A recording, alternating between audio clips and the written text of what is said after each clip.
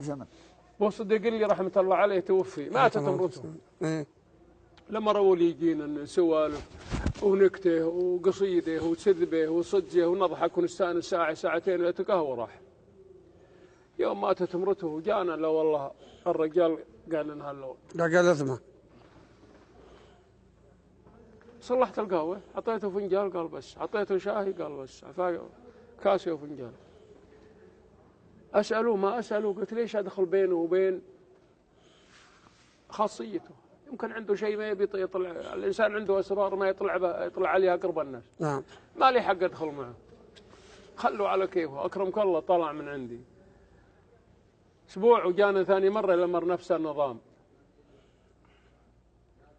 قلت ما انا داخل باغراضه، كيفه؟ هذه نفسيته، ما انا داخل بينه وبينه، يمكن عنده شيء ما يبي يدري بواحد. عندي خبر ان مرته ماتت، بس عاد وش بيده؟ جانا ثالثه لمر نفس النظام. تقهوينا وخلصنا، قلت اول ما انا داخل معك شؤونك الخاصه، لكن الحين بدخل معك.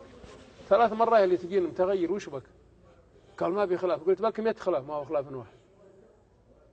هل محط مكوش؟ قال والله ما لا شيء. قلت له والله قسم بالله ما انت رفيجي لنا خبر. نعم. علشان هالمرة اللي ماتت؟ قال لي والله علشانه. الله. قلت يا اخي الله حايل مليانه. لما تونا صارفين تلفون 532. قال والله لو اخذ تلفونك وازهم على قرابتي ادري انها ما سارهين اني بيجوزونا، لكن متى القى مثله؟ قلت تلقى ازين. قال ما هي للزين، ابي طبايع. قلت وش طبايع؟ قال لا 13 سنه معي اجلس بالقهوه، والله اني ما عمري سمعت صوتها بالبيت، كاني جالس بالبيت الحالي. 13 سنه ما خبري قمت من النوم وهي نيمه. يوم اعي من النوم المره القهوه والمي والفطور والمي. الله اكبر قدامه جالسه. و13 سنه والله اني ما خبري جيت انا وغد يمشي على فراشي او نايم عليه. الله. و13 سنه لا عزمت برا، يمكن ما اجي الا الفجر.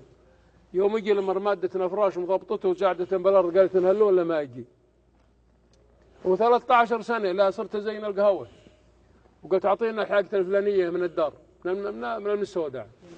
جابتها وسلمتني اياه ورجعت على ورا لما توصل الباب احتراما لي. متى القى مثل هذه؟ قلت يا اخي طبعها. قال ما طبعتها، هذه مطبعها الله. واقسم لك بالله يقول ان من موتته فلا قطعت جنبي بالبيت، انام برا بطم عقده، اكل بغربي حايل. عقده ايه. خذينا 3 اشهر ويموت.